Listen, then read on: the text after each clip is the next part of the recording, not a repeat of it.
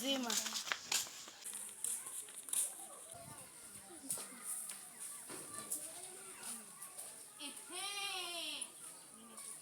Kwa hiyo vile ulivyoona hujanipa buku lako nafikiri umenikomoa. Kupigwa pale unaona kama ni kupigwa kufa. Kufa yako. Alafu dada, kwanza au darasani anajifanyia yeye ndo best sana. Kwanza mabuku yake wenyewe ukiyaona. Sasa toka watu wazima. Alafu unaona dharau zake hizo. Tena naongea na wewe. Niacheni. Wache. Nenda zako. Ilo! Tumelipiga hilo. Basi kwenu huko.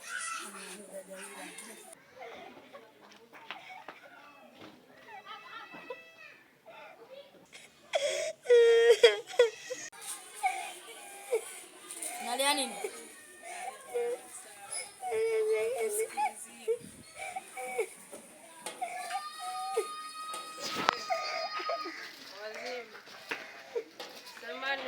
Kupita. Unalia nini? Nani? Uko wapi? Nyanyuka.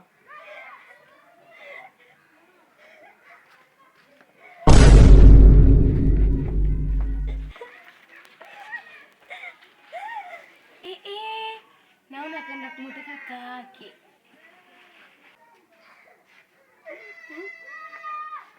Na kupiga. Wote hawa. Ndio mpiga ndugu yangu eh. Wewe ndio mpiga ndugu yangu eh. Unanitisha au mimi unanipa kula yako? Wewe ndio unafanya jeuri, nitakuonesha. Kama tena yangu.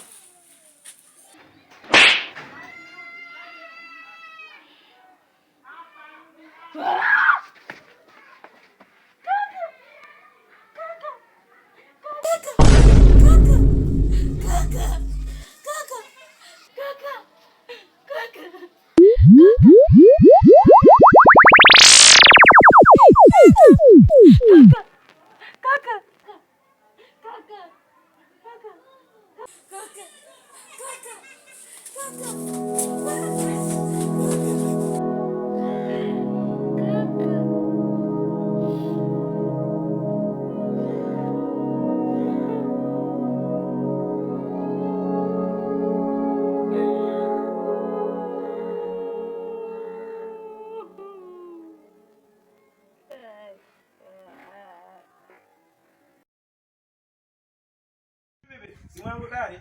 Simu yako tayari kwa muda mrefu hujaja. Haya, hebu nione kwanza ni test kabisa inawaka kweli.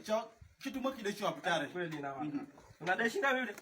Msimbazi. Msimbazi. Msimbazi wangu. Haya, karibu. Bibi, fundi. Karibu sana. Haya, sawa. Haya. Sijui kwa mteja mwingine.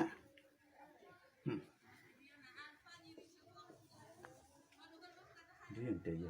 Shamwona.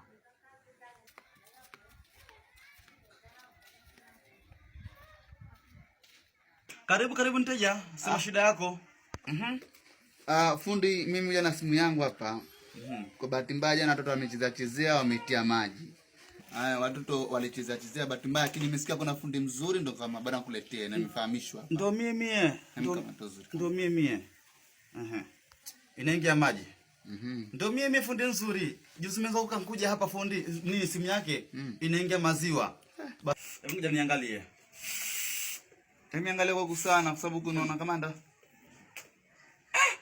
Lakini bwana simu nasikia harufu ajabu inaingia maji gani haya?